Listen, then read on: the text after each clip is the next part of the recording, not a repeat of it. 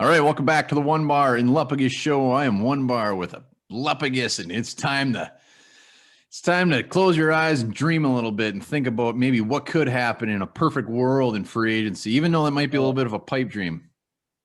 I was not thinking of free agency when I was closing my eyes right there. But man, what a perfect world I came up with. Yes. Free agency is still a few months away, but why not just let it all hang out and just perfect world, no cap space, get who we want. Hell yeah. Well, and I mean, I'm not saying none of these guys it can't happen. When you got a guy like Rob Brzezinski in your front office, anything can happen. Anything can happen when it comes to signing a player. Yeah, that's true. We've seen it time and time again. The Vikings might have to massage the cap a little bit, restructure some guys, release some guys. So maybe one of these guys could actually be a reality. Yeah, and you talk about some guys that can let go, make some room. Kyle Rudolph, Riley Reif, Shamar Stephen, Dan Bailey. They can restructure guys like Kirk Cousins, Adam Thielen. You never know. Eric Kendricks. They're going to make some room. It's just a matter of how much room and if they want to blow their big load on one of these guys. Yeah, you're heading into this season. This might be Mike Zimmer's last hurrah. So he may be willing to go all in. He ain't going to give two shits about the future of the team at this point. He's got to win it all or nothing at all. It's a good song. It's a good song. Classic. All right, let's get into this. We're talking five guys that just so happen to fill some needs. Hell yeah, let's do it. You got the list? I got the list. Let's start off with some of the more, well, they're all sexy names. Let's start off with a big old guard that every offseason, for some reason, Minnesota Vikings fans on Twitter just think that we're going to trade for this guy, and it just never happens. Brendan Scherff, Washington Redskins. The Washington football team, I apologize. I can't believe you said that.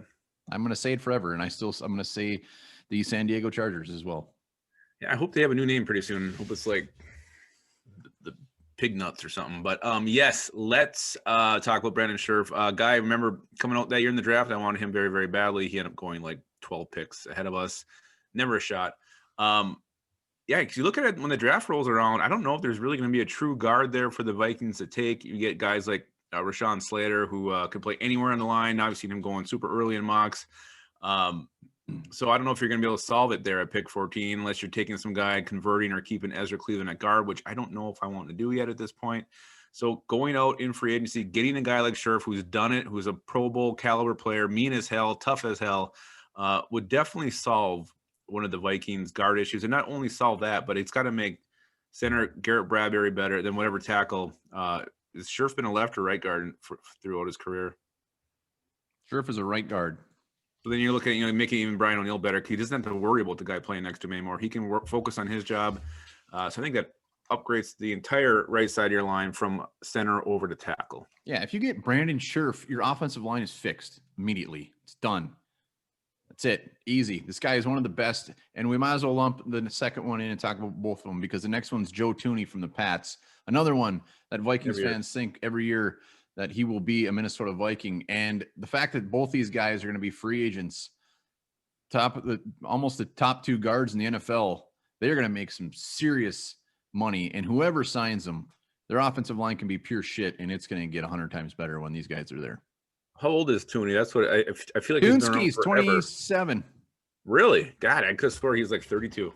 No, it's a former third rounder. I mean, Scherff and Thuney are neck and neck. I mean, really, when you look at their PFF, Mr. Scherff is better, but they're both very good pass run blocking. Both were on the franchise tag last year, and both appear to be headed elsewhere. You know what? If this is a pipe dream scenario, let's get them both. Let's get them both. Rob Brzezinski ain't that good, and I'm sorry, Thuney is 27 years old. Scherff is 29. Wow, I could have swore Scherff was younger of those two. You would have asked me, I would have lost. And this is why, another reason why this is not even a bigger pipe dream than just the fact that our money woes are there, is there's going to be teams like the Bengals or somebody that has a young quarterback, a young up and coming team that is going to pay these guys way damn more than they probably should, and is just going to outbid everybody just to get them to come play for them. You don't think Brandon Scherff's going to take a discount to play again with Kirk Cousins? No, I hope so, but I don't think so. I don't think so either.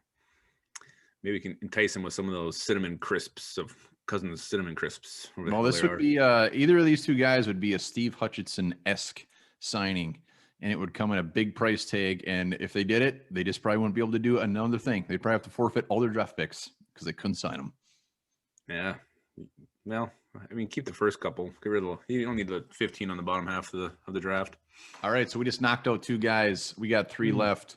Let's go. What's that? Knocking out 2 guys sounds like a good Friday night to me. Yeah, not bad. Let's go to the safety position. Yeah, there's a big one that we would love to see. Justin Simmons coming on over. Just dynamic player, can do it all. I don't have his stats right in front of me, but you pair this guy next to Harrison Smith, and the parts just get tingling. They get dripping. It's very, very tantalizing. And the Vikings got to do something. Harris is probably gone. You just seen it with the lack of effort he showed in the Saints game. He did play a little better against Detroit, but I do think he's ready to move on. I think the Vikings are ready for him to move on, and I think that is something that is going to happen. Yeah, Simmons, another guy who's just going to make a ass load of money. 27 years old, good against the run, good in coverage, former third rounder, another former third rounder. 5 picks this year, was on the franchise tag again. He is going to make some big old bank. The thought of him going with Harrison Smith. I mean, Harrison Smith only has maybe a couple years left, and we got nothing. We got nothing cooking at the safety position behind those guys, or behind him. So Simmons could really, I mean, he's got 5-6 years left in the league.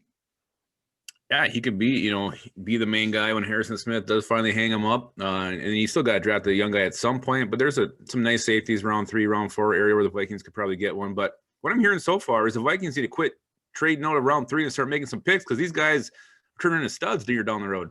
They need to start trading up into round 3 multiple times. It's crazy. Who else we got? Let's keep talking. What else we got? We got 2 more guys. This is 2 big old boys in the middle of that defensive line. Let's go with Leonard Williams from the Giants, 26 years old, had a big old season, 11.5 sacks. What a season to explode right before free agency. Yet another guy who was on the franchise tag, had a couple turd seasons with the Jets before being traded, but man, he blew up. He can play defensive. He'd definitely be the Vikings 3 tech, but you can move that guy anywhere the hell you want.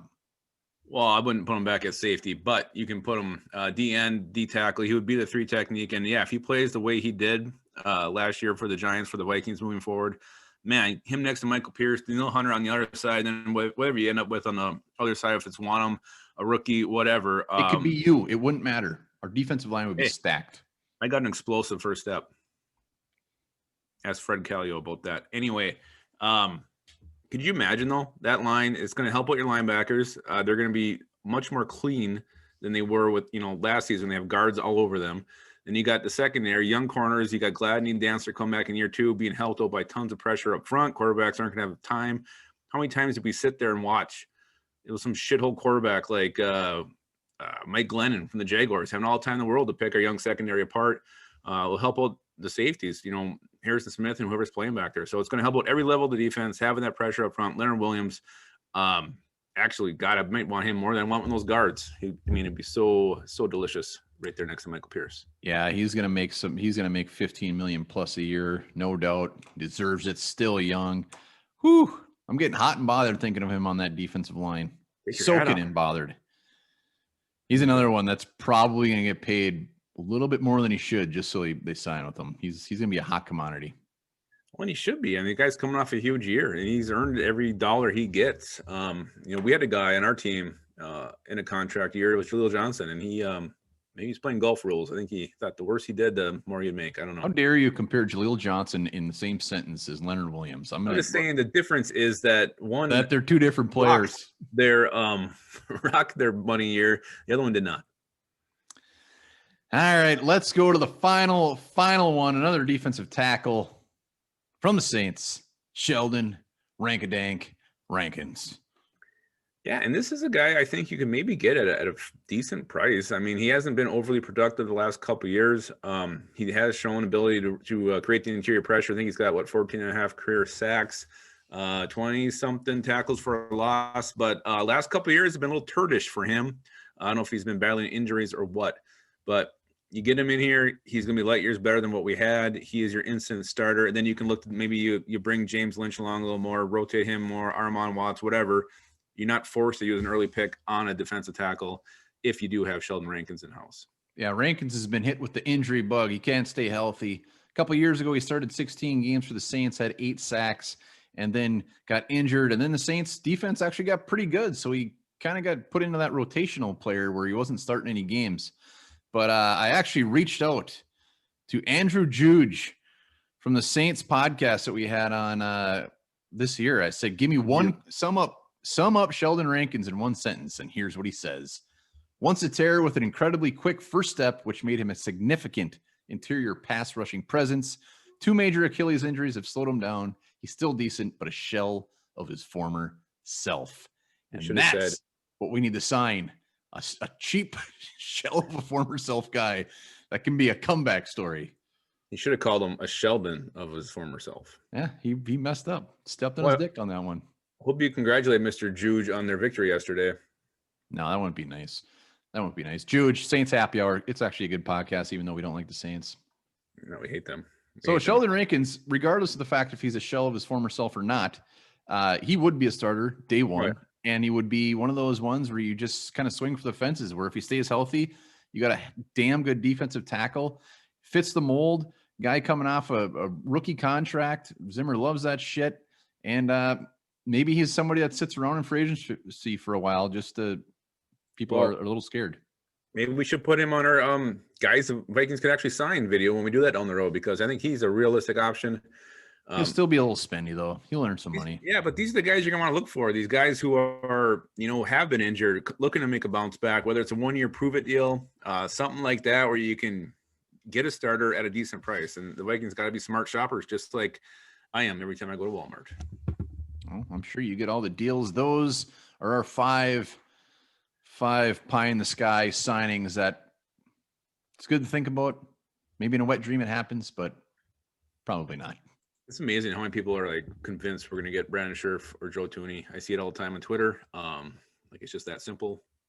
And well, like I said, the Vikings have something that no other team has, and he goes by the name of Mr. Rob Brzezinski.